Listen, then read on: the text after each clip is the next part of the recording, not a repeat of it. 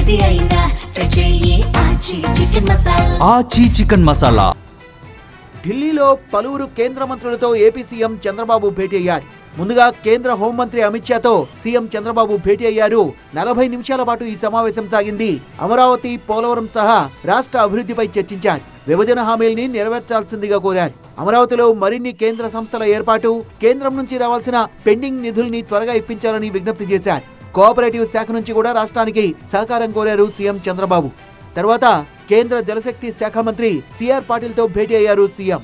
పోలవరం సహా ఏపీలో సాగునీటి ప్రాజెక్టులపై సిఆర్ పాటిల్తో చర్చించారు.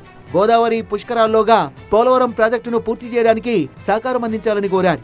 తొలి దశలో 41.15 మీటర్ల మేర నీరు నిల్వ చేసేందుకు అవసరమైన నిర్మాణాల్ని పూర్తి చేయాలని కోరారు.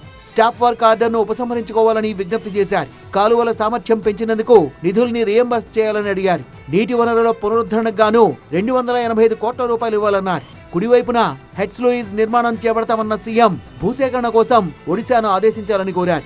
సిఐఐ వార్షిక సమావేశానికి హాజరైన ఏపీ సీఎం చంద్రబాబు 2047 నాటికి $2.4 ట్రిలియన్ ఎకానమీ తమ లక్ష్యమన్నారు. 22 నెలల్లో 23 లక్షల కోట్ల రూపాయల పెట్టుబడుల్ని తెచ్చామన్నారు. ప్రధాని మోదీ పాలనలో దేశం అద్భుతంగా రాణిస్తోందన్నారు సీఎం చంద్రబాబు.